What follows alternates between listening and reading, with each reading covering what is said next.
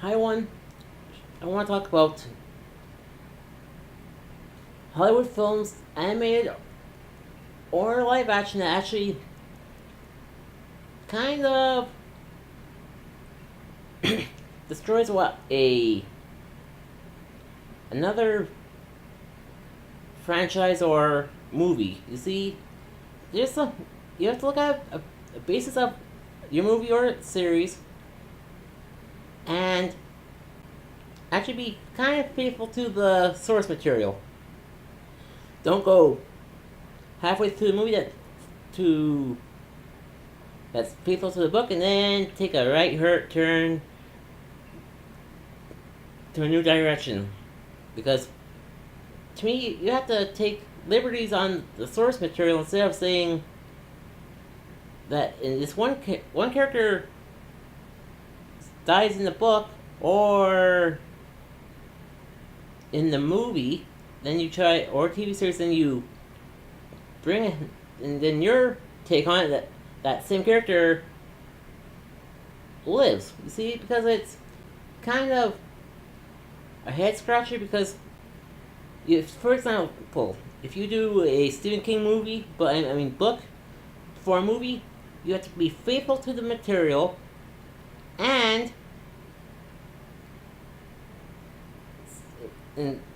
if a character dies in the book, you have to follow that, because most movies don't need a happy ending. And Disney is kind of like that, because in their classic film from '89 called The Little Mermaid, which has sequels, mind you, they gave The Little Mermaid a happy ending, that she got the prince and lived happily ever after. But in the fairy tale in which it's based on, there was the Little Mermaid did not have a first name, and she passed away.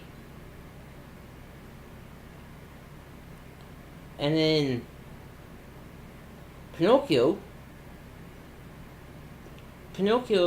actually killed Jiminy Cricket. And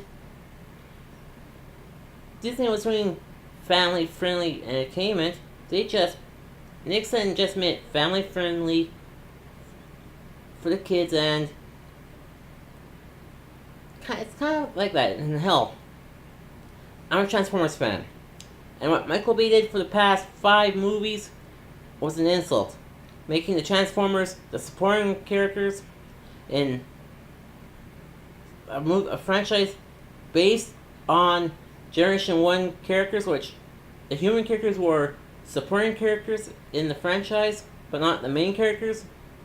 Because sometimes, some episodes they had the human characters as the main characters, but not every episode. Except for the Headmasters, which the Japanese continuation, and Master Force, which I'm not going to get into.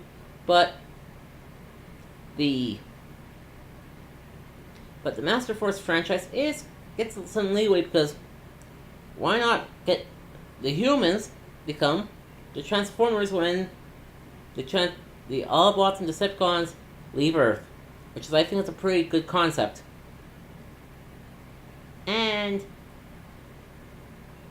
sometimes a live action movie gets an animated adaptation, but still tweaking here and there to make it more of a different style. Like, why not a steampunk version of a Kurosawa film, or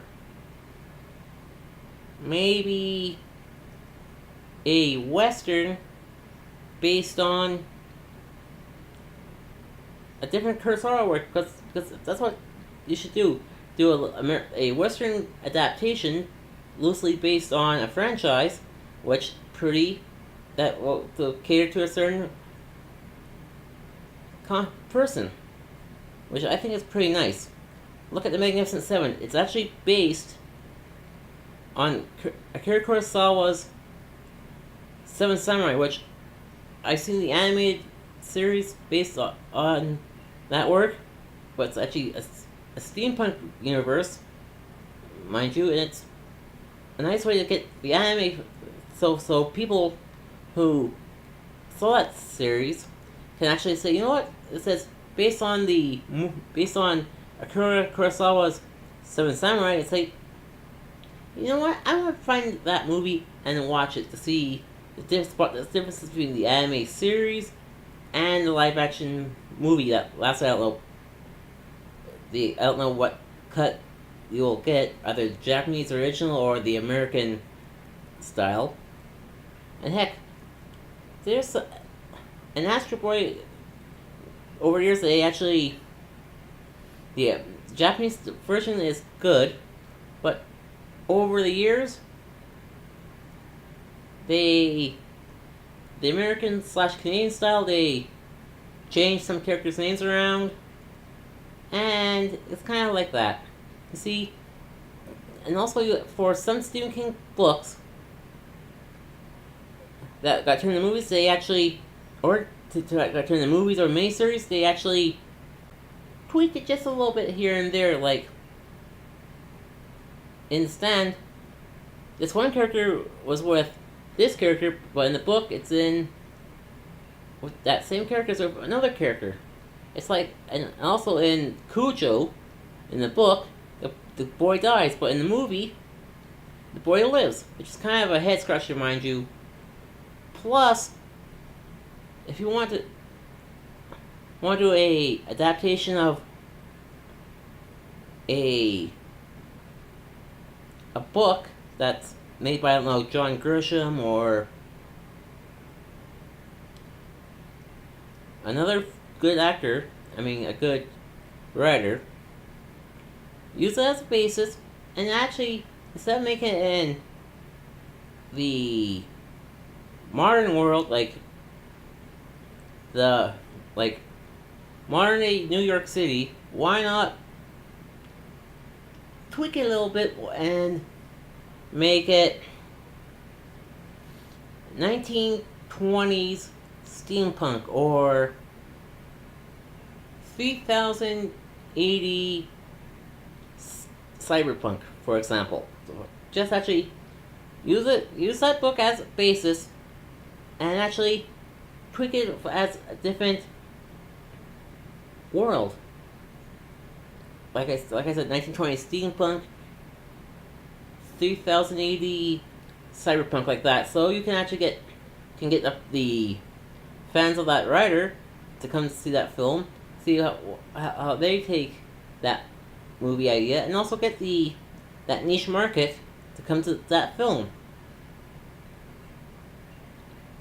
But you have to, and if you want to do a movie that's live action movie based on a nostalgia series from the 80s, you have to actually be faithful to that franchise and don't alienate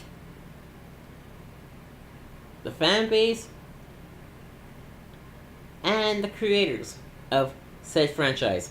Look at Jim and the Holograms. That movie was an insult to the franchise. Because it was... You have to think about those fans. There was no zany